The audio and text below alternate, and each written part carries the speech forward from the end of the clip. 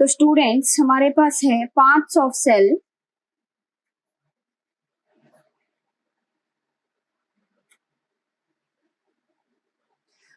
हमारे पास जो parts of cell हैं उनको हम बोलते हैं ऑर्गेनेलिस।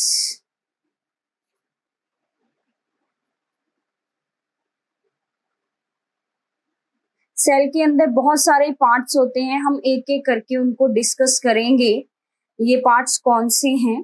तो सबसे पहले मैं शुरू करने जा रही हूँ फ्रॉम द सेल वॉल। जो सेल वॉल है ये पार्ट है जो सिर्फ हमारे पास प्लांट सेल में मिलेगा आपको, और एनिमल सेल में सेल वॉल नहीं होती, ये आपने याद रखना है। सेल वॉल जो पार्ट है ये सिर्फ और सिर्फ प्लांट सेल में मिलेगा, एनिमल सेल में नहीं मिलेगा। हमारे पास 2 टाइप के सेल होते हैं, एक प्लांट सेल है, एक एनिमल सेल है। प्लांट सेल होते हैं जो प्लांट्स में मिलते हैं, और एनिमल सेल है जो एनिमल्स में मिलते हैं। तो प्लांट सेल जो है उसमें एक पार्ट है जिसे हम बोलते हैं सेल वॉल। सेल वॉल का फंक्शन क्या है, जैसे कि मान लो ये हमारे पास सेल है, इसके बाहर एक वॉल है जिसे हम बोलते हैं सेल वॉल। ये सेल वॉल एक्स्ट्रा कवरिंग है in the plant cell so that जो हमारे पास जो प्लांट है वो वेदर को अच्छे से टॉलरेट कर सके, क्योंकि वेदर कंडीशंस चेंज होती रहती हैं, टेम्परेचर चेंज होता रहता है, humidity, different different temperature conditions, weather condition को टॉलरेट करने के लिए जो ये सेल वॉल है ये हेल्प करती है प्लांट्स की, एक्स्ट्रा प्रोटेक्शन इसको देगी। ये है हमारे पास सेल वॉल जो सिर्फ क्या है प्लांट सेल में ही प्रेजेंट होती है, जिसका मेन फंक्शन क्या है, प्रोटेक्शन देना। उसके बाद सेकंड पार्ट है हमारे पास सेल मेम्ब्रेन।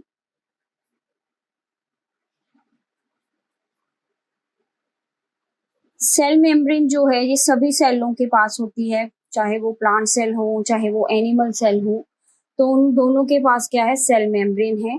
जो ये बाहर वाली मैंने आपको बताया है कि ये सेल वॉल है, और इसके अंदर जो एक छोटी सी ये स्क्वायर फॉर्म में आपको नजर आ रही है, इसको क्या हम बोलते हैं, सेल मेम्ब्रेन। सेल मेम्ब्रेन सभी सेलों के पास होती है, कोई भी आप सेल देख लो उसके पास सेल मेम्ब्रेन होगी। एनिमल सेल में आपको बस सिंपल ऐसे सीधी ही सेल मेम्ब्रेन होती है। एनिमल सेल में एक ही सेल मेम्ब्रेन होती है, उसके अंदर बाकी के पार्ट्स होते हैं। लेकिन प्लांट सेल में क्या है, सेल मेम्ब्रेन के बाहर हम देख रहे हैं कि एक एक्स्ट्रा कवरिंग है जिसको क्या नाम दिया गया, सेल वॉल। तो सेल मेम्ब्रेन का फंक्शन क्या है, सेल मेम्ब्रेन जो है ये एक लेयर है, आपको पता होना चाहिए, एक लेयर है, एक इनवेल्प है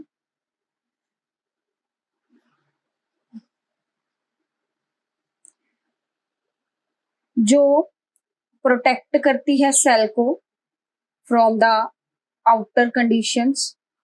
प्रोटेक्शन देना इसका मेन फंक्शन प्रोटेक्शन है।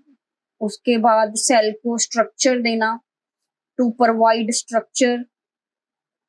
सेल को शेप मीन्स इस सेल मेम्ब्रेन से ही मिलेगी, जैसी सेल मेम्ब्रेन होगी, जैसे कि अमीबा में सेल मेम्ब्रेन हमें ऐसी दिखती है तो उसकी इरेगुलर शेप है। तो to provide shape to the cell. उसके बाद इट अलाउ द ट्रांसपोर्टेशन और it allow the exchange of material, means यहाँ से कुछ मटेरियल बाहर भी जा सकता है और अंदर भी जा सकता है। ये अलाउ करती है कुछ मटेरियल्स को अंदर जाने के लिए और बाहर जाने के लिए। सो ये होती है हमारे पास सेमी परमिएबल। सेमी परमिएबल होता है, सारी चीजें नहीं है अभी सेल के अंदर चली जाएंगी, कुछ हार्मफुल चीजें भी होती हैं जो सेल मेम्ब्रेन क्या करती है, उनको रोक लेती है, अंदर नहीं जाने देती। सो सेल मेम्ब्रेन को प्रोटेक्ट करती है सेल को, सो दैट जो बाहर हमारे पास कुछ बैक्टीरिया होते हैं सपोज कर लो, उनको वो अंदर नहीं जाने देती। सेमी परमिएबल का यही मतलब है, कुछ सिलेक्टिव सी चीजें ही अंदर जाएंगी और कुछ सिलेक्टिव सी चीजें ही बाहर जाएंगी सेल से जो नेसेसरी है। तो ये थी हमारे पास सेल मेम्ब्रेन के बारे में बात।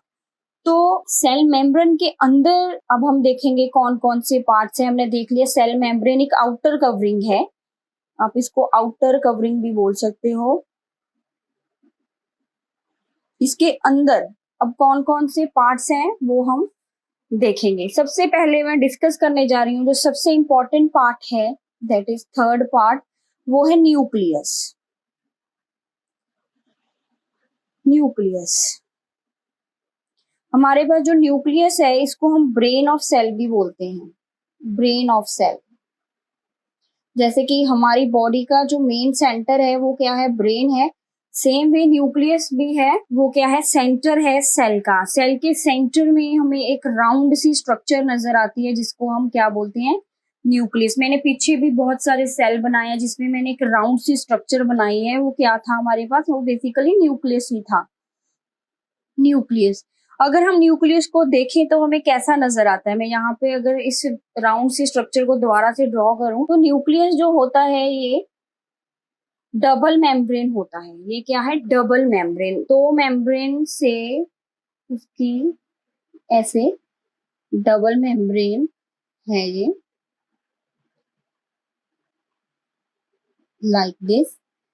और इनमें कुछ गैप होता है जिसको हम क्या बोलते हैं, न्यूक्लियर पोर। तो हम क्या बोलेंगे, ये है nuclear membrane, outer nuclear membrane और इनर न्यूक्लियर मेम्ब्रेन, और सिंपली हम इसको क्या बोलते हैं, न्यूक्लियर मेम्ब्रेन है। ये डबल मेम्ब्रेन है। न्यूक्लियस को जो कवर है, न्यूक्लियस को जो इन्वेल्प है उसको हम बोलेंगे न्यूक्लियर मेम्ब्रेन। और इनमें जो पोर्स आपको नजर आ रहे हैं जहां से चीजें बाहर अंदर जा सकती हैं, तो इसको हम बोलते हैं न्यूक्लियर पोर। Nuclear pore. और उसके बाद इसके अंदर कुछ फ्लूइड है, कुछ मैट हमारे पास लिक्विड है जिसको हम बोलते हैं न्यूक्लियोप्लाज्म। इसके अंदर जो लिक्विड है उसका नाम है न्यूक्लियोप्लाज्म, और प्लाज्मा भी आप लिख सकते हो। उसके बाद न्यूक्लियस के अंदर एक राउंड सी स्ट्रक्चर होती है जो कि प्रोटीन सिंथेसिस में हेल्प करती है। इसको हम बोलते हैं न्यूक्लियोलस। इसका नाम है न्यूक्लियोलस। इसके अलावा न्यूक्लियस के अंदर है जेनेटिक मटेरियल जिसको हम डीएनए कहते हैं। ये हमारे पास थ्रेड लाइक स्ट्रक्चर है न्यूक्लियस के अंदर जिसका नाम है डीएनए। डीएनए जो है एक जेनेटिक मटेरियल है। जेनेटिक मटेरियल वो होता है जो पेरेंट्स के करैक्टर को उनके बच्चों में क्या करे, ट्रांसफर करे, उसको हम क्या बोलते हैं, जेनेटिक मटेरियल। जैसे जैसे डीएनए कंडेंस होगा, कंडेंस में जैसे जैसे डीएनए थिक होता जाएगा, वो किस में, ये तो पहले थ्रेड जैसा है ना, डीएनए जो है ये थ्रेड जैसा आपको नजर आ रहा है। अगर ये कंडेंस हो जाए, मोटा होता जाए, थिक होता जाए, तो क्या होगा, ये एक शेप लेना स्टार्ट कर देता है जिसको हम क्या बोलते हैं, क्रोमोसोम्स। ऐसे वो ऐसी शेप ले लेता है। जब सेल मिच्योर हो जाता है उसमें आपको फिर क्रोमोसोम्स नजर आते हैं, लाइक दिस। सेंटर में, न्यूक्लियस के सेंटर में आपको क्या नजर आते हैं, क्रोमोसोम्स नजर आते हैं। क्रोमोसोम का नंबर इंडिविजुअल्स में डिफरेंट डिफरेंट होता है। जैसे कि ह्यूमंस में क्रोमोसोम का नंबर होता है 46, नंबर ऑफ क्रोमोसोम।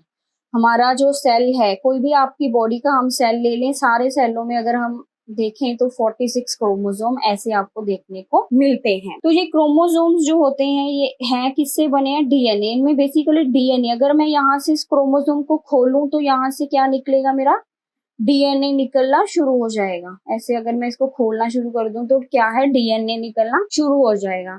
और ये क्रोमोसोम्स जो हैं इनके ऊपर हमारे पास क्या होते हैं, जीन्स।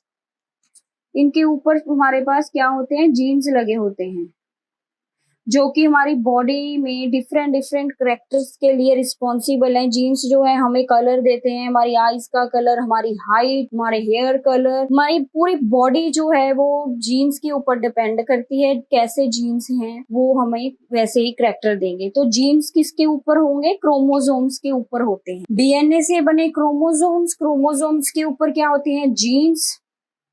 जीन्स ही बेसिकली होते हैं जो पेरेंट्स से किस में जाते हैं, उनके ऑफस्प्रिंग्स में। पेरेंट्स के जीन्स, पेरेंट्स के जो जीन्स होते हैं वो किस में चले जाते हैं, ऑफस्प्रिंग्स में चले जाते हैं। तभी तो हमारी जो करैक्टर है, हमारी जो स्ट्रक्चर है वो कैसी होती है, हमारे पेरेंट्स की जैसी होती है। तो जीन्स जो है ये यूनिट है, हेरिडिटरी यूनिट हम इसको बोलते हैं, फंक्शनल यूनिट है हेरिडिटरी इनहेरिटेंस की। इनहेरिटेंस आपको पता ही लग गया, ट्रांसमिशन ऑफ करैक्टर्स। इनहेरिटेंस क्या है? इनहेरिटेंस ये टर्म है जो आपको बुक में मिलेगी, इसका मतलब होता है ट्रांसमिशन ऑफ करैक्टर्स।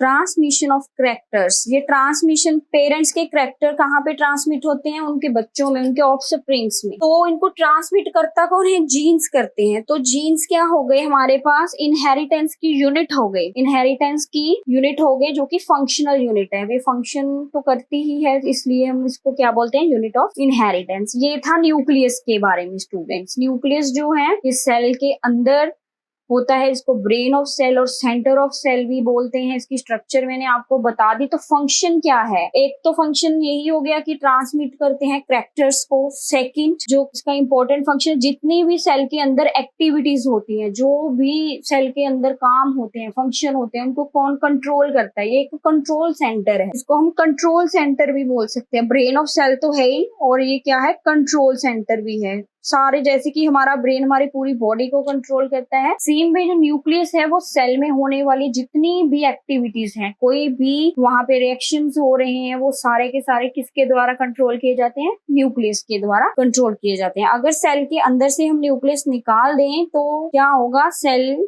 जो है वो एग्जिस्ट नहीं करेगा, कोई भी कंट्रोल सेंटर सारा खराब हो जाएगा, तो सेल क्या है? वो डेड हो जाएगा। उसके बाद हम बात करते हैं, नेक्स्ट पार्ट है जो हमारा, वो है साइटोप्लाज्म। साइटोप्लाज्म देखिए क्या है। आई होप आपको यहाँ तक तो पता लग गया होगा। मैंने यहाँ पे सिर्फ आपको अभी इसका आउटर फ्रेमवर्क बताया कि आउटर में सेल मेम्ब्रेन है और सेंटर में उसके क्या होता है? न्यूक्लियस होता है। और भी पार्ट्स हैं, देखो कौन कौन से हैं। ये आपने जरूर याद रखना है कि प्लांट सेल में क्या होती है? Cell wall. अब हम देखेंगे आगे जो पार्ट है सेल के अंदर वो कौन सा है। आगे है फोर्थ पार्ट, वो है साइटोप्लाज्म। स्टूडेंट जो साइटोप्लाज्म है ये जेली लाइक फ्लूइड होता है, लिक्विड भी आप इसको बोलते हो, फ्लूइड लिक्विड, जो कि प्रेजेंट होता है हर एक सेल के अंदर। सपोज कर लो ये सेल है, सेल मेम्ब्रेन मैंने बनाई है, सेल है, इसके अंदर एक लिक्विड होता है पूरे सेल के अंदर। न्यूक्लियस के अंदर भी लिक्विड है, लेकिन ये उससे थोड़ा डिफरेंट होगा। न्यूक्लियस के अंदर तो उसका अपना एक लिक्विड है ना, यहाँ पे न्यूक्लियस है, उसके अंदर उसका अपना एक लिक्विड है, लेकिन उसके न्यूक्लियस की मेम्ब्रेन और सेल मेम्ब्रेन के बिटवीन जो लिक्विड है, न्यूक्लियस छोड़ दो, उसके अंदर और लिक्विड है। न्यूक्लियस के बाहर और सेल मेम्ब्रेन के अंदर तक की बात अगर हम करें, उसमें जो लिक्विड है उसका नाम क्या है? उसको हम क्या बोलते हैं? साइटोप्लाज्म। साइटोप्लाज्म के अंदर ही बाकी सारे पार्ट्स होते हैं, इसके अंदर ही बाकी सारे पार्ट्स हम देखेंगे कौन कौन से हैं सेल के अंदर। साइटोप्लाज्म का जो फंक्शन है, ये मूवमेंट करवाता है चीजों की, ट्रांसपोर्टेशन में हेल्प। यहाँ से चीजें इसमें घूमती रहती हैं, क्योंकि वो लिक्विड है, उसमें जो ट्रांसपोर्टेशन है इजी हो जाती है, गैसेस का ट्रांसपोर्ट करना, जो न्यूक्लियस के अंदर चीजें प्रोटीन बनती हैं उनको बाहर लेके आना, ट्रांसपोर्ट करना, चीजों को इधर उधर ऑर्गेनाइज उसके अंदर घूमते रहते हैं। तो वो क्या है? साइटोप्लाज्म का मेन फंक्शन है। उसके बाद जो साइटोप्लाज्म है ये सेल को रिजिडिटी भी प्रोवाइड करता है, सेल अपनी शेप में रहे। अगर इसमें से हम लिक्विड निकाल दें, जैसे कि बैलून में अगर हम लिक्विड भरेंगे, पानी भरेंगे, तो बैलून फूला रहेगा। अगर बैलून का पानी निकाल दें तो क्या हो जाएगा? बैलून क्या हो जाएगा? श्रिंक हो जाएगा, चिपक जाएगा। सेम वे ऐसा ही होता है हमारे सेल्स में भी। सेल के अंदर पानी है, मतलब साइटोप्लाज्म है, जिस वजह से सेल अपनी शेप में रहते हैं। जैसे ही अगर इस पानी को, इस साइटोप्लाज्म को हम निकाल दें तो क्या होगा? सेल क्या हो जाएगा? चिपक जाएगा, सेल डेड हो सकता है। तो साइटोप्लाज्म क्या है? सेल को रिजिडिटी प्रोवाइड करता है। ये बहुत ही इंपॉर्टेंट पार्ट है, आपको पता होना चाहिए। रिजिडिटी को प्रोवाइड करता है, ट्रांसपोर्टेशन में हेल्प करता है। तो ये सभी सेलों में होता है साइटोप्लाज्म। वेदर आप प्लांट सेल देख लो, एनिमल, कोई भी सेल आप देख लो, सभी सेलों में आपको क्या देखने को मिलेगा? साइटोप्लाज्म। उसके बाद अगर हम देखें और कौन से पार्ट्स हैं जो हमें दिखेंगे, बाकी के पार्ट्स हमें साइटोप्लाज्म के अंदर दिखेंगे, जैसे कि हमारे पास होता है एक माइटोकॉन्ड्रिया, ये भी एक पार्ट है जो कि बहुत इंपॉर्टेंट है, बहुत ही ज्यादा इंपॉर्टेंट होता है माइटोकॉन्ड्रिया। इसको हम किचन ऑफ सेल भी बोलते हैं और इसको power house of cell, power house of cell भी बोलेंगे। इसकी जो स्ट्रक्चर है बहुत ही मुझे सबसे ब्यूटीफुल स्ट्रक्चर लगती है माइटोकॉन्ड्रिया की। तो इसकी स्ट्रक्चर जो है ये ऐसे आपको नजर आती है, देखो।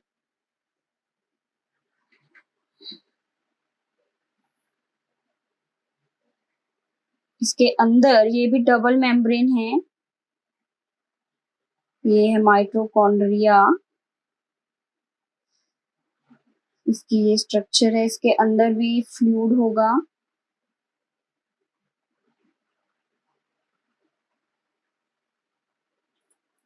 तो ये हमारे पास माइटोकॉन्ड्रिया। और इसकी एक खास बात है, इसके पास अपना डीएनए होता है, डीएनए भी होता है इसके अंदर। यहाँ पे आपको उसका डीएनए भी देखने को मिलेगा, जेनेटिक मटेरियल। जरूरी नहीं है कि सारे ऑर्गेनेली, सारे ही पार्ट ऑफ जो है हमारे पास सेल, उनके पास उनका डीएनए हो, लेकिन हमारे पास माइटोकॉन्ड्रिया पार्ट है जिसके पास उसका अपना डीएनए है। तो ये होगी आउटर मेम्ब्रेन,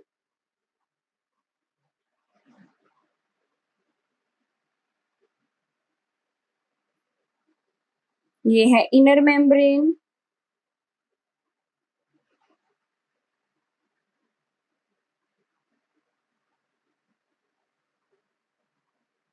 ये डीएनए है। इसके अंदर राइबोसोम्स भी होते हैं, छोटे छोटे राइबोसोम्स, और भी बहुत सारी चीजें इसके अंदर होती हैं, लेकिन आप इतना देख। इसको हम पावर हाउस ऑफ सेल क्यों कहते हैं? क्योंकि इसके अंदर क्या होती है, रेस्पिरेशन। इसके अंदर क्या होती है, रेस्पिरेशन। रेस्पिरेशन क्या है, मीन्स ग्लूकोज इसके अंदर आकर क्या हो जाता है, ब्रेक।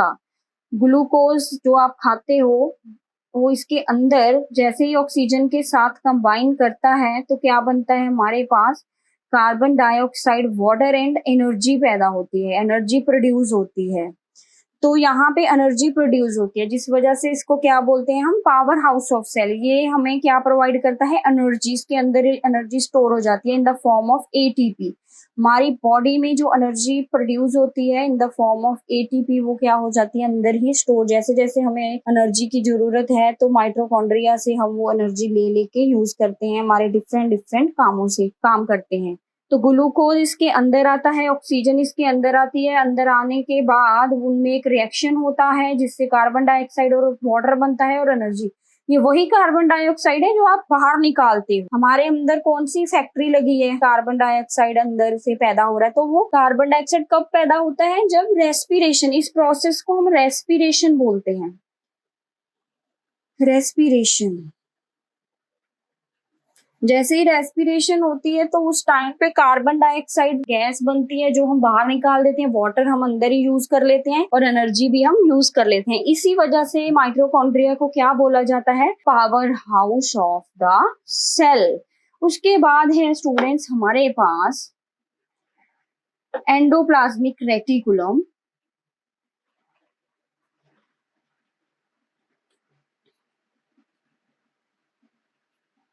एंडोप्लाज्मिक रेटिकुलम दो तरह के होते हैं सेल के अंदर। एक होते हैं RER भी बोलते हैं, हमें इसको सिंपली ER से भी लिख सकते हैं, इसकी एब्रीवेशन है। और SER, R means rough, R का मतलब क्या हो गया, रफ एंडोप्लाज्मिक रेटिकुलम। इसका मतलब हो गया स्मूथ एंडोप्लाज्मिक रेटिकुलम।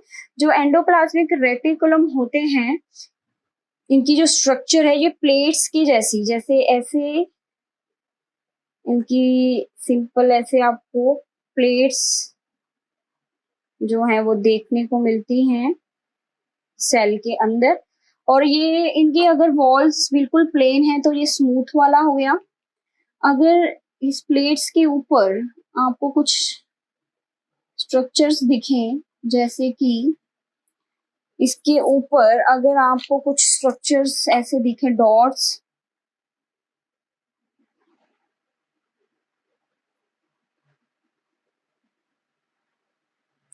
तो इसको हम बोलते हैं RER, रफ एंडो, क्योंकि इसकी जो सरफेस है वो क्या हो जाएगी, रफ, तो इसको हम बोलेंगे RER। तो सेल के अंदर भी ये पार्ट भी होता है एंडोप्लाज्मिक रेटिकुलम, जिसका फंक्शन क्या है, हमारे पास जो SCR है इसका मेन फंक्शन जो है वो है लिपिड्स का सिंथेसाइज करना।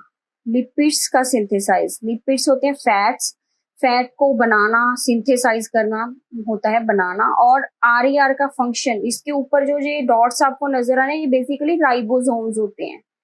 जहां पे भी आपको राइबोसोम वर्ड पढ़ने को मिले वहां पे क्या होगा, प्रोटीन सिंथेसिस, आप आंखें बंद करके लिख सकते हो, वहां पे क्या होगा, प्रोटीन का सिंथेसिस। राइबोसोम, जहां पे भी वर्ड आप दिख गया आपको राइबोसोम, वहां पे प्रोटीन तो बनेगा ही बनेगा। तो RER में क्या बनती है, प्रोटीन का सिंथेसिस होता है, प्रोटीन बनती है यहाँ पे।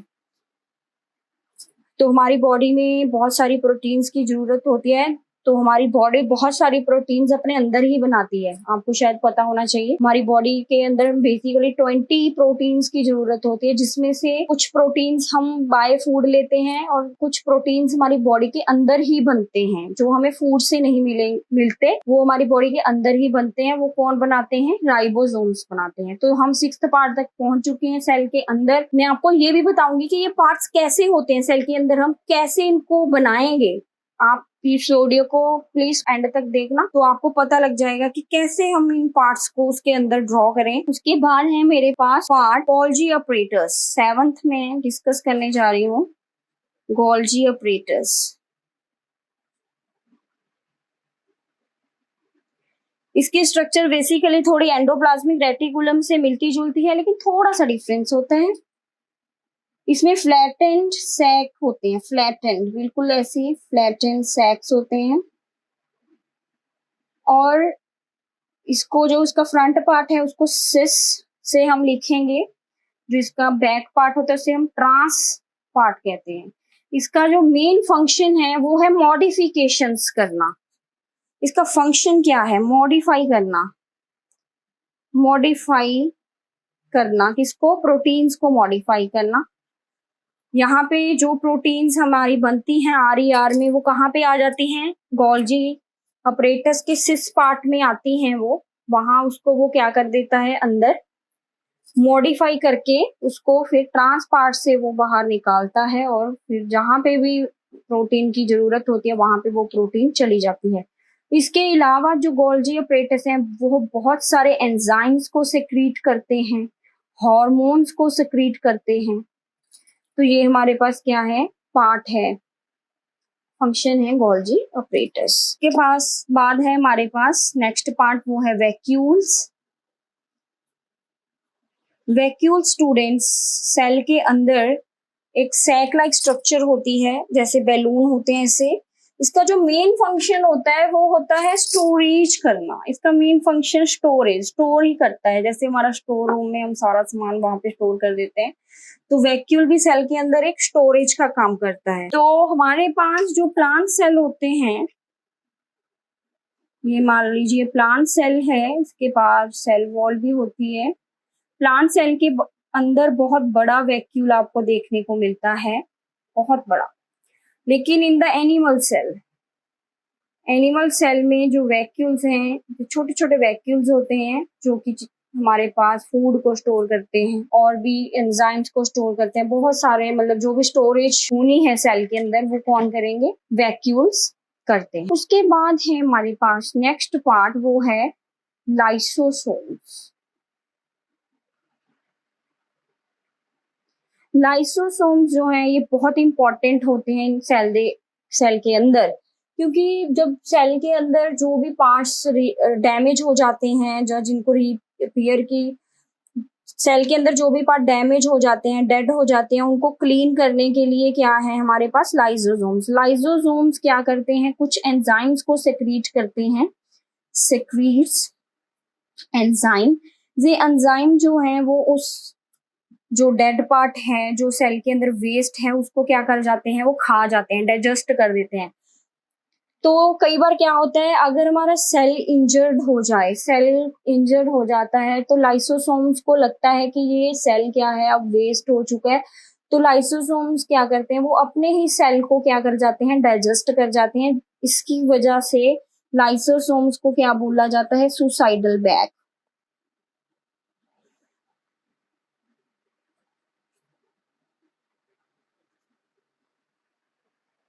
उसको हम क्या बोलते हैं? सुसाइडल बैग भी बोलते हैं।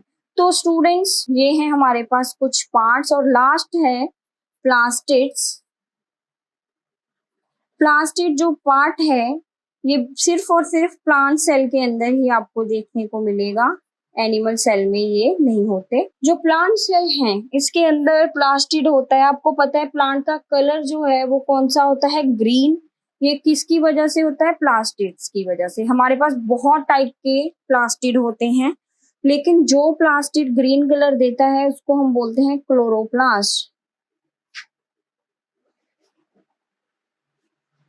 क्लोरोप्लास्ट। मोस्टली प्लास्टिड होते हैं वो डबल मेम्ब्रेन होते हैं हमारे पास, ऐसे डबल मेम्ब्रेन स्ट्रक्चर्स होती हैं, जिसके अंदर आपको क्या है? कुछ पिगमेंट्स मिलेंगे, कुछ पिगमेंट्स। इन प्लास्टिड्स के अंदर क्या होते हैं? कुछ पिगमेंट्स होते हैं। ये जो पिगमेंट होते हैं, पिगमेंट्स का काम क्या होता है? इम्पार्ट कलर, कलर देना किसी भी चीज को। जैसे कि हमारी स्किन का जो कलर है वो भी पिगमेंट की वजह से है। मेलेनिन पिगमेंट है, वो हमारी स्किन को कलर देता है। सेम वे प्लांट्स के अंदर भी पिगमेंट होता है, क्लोरोफिल। वो कहाँ पे मिलेगा आपको? क्लोरोप्लास्ट। ये क्लोरोप्लास्ट मैंने बनाया है, जो कि एक प्लास्टिड है जिसके अंदर पिगमेंट है जिसका नाम है क्लोरोफिल। क्लोरोफिल प्लांट्स को क्या देता है? ग्रीन कलर, और फोटोसिंथेसिस में भी क्या करेगा? हेल्प करेगा।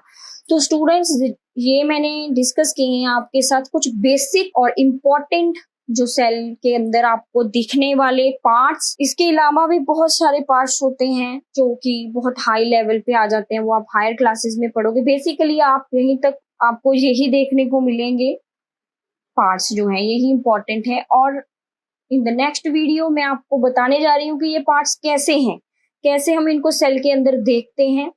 तो ये हम देखेंगे in the next video. In the next video, I also discuss with you structure of plant cell and structure of animal cell.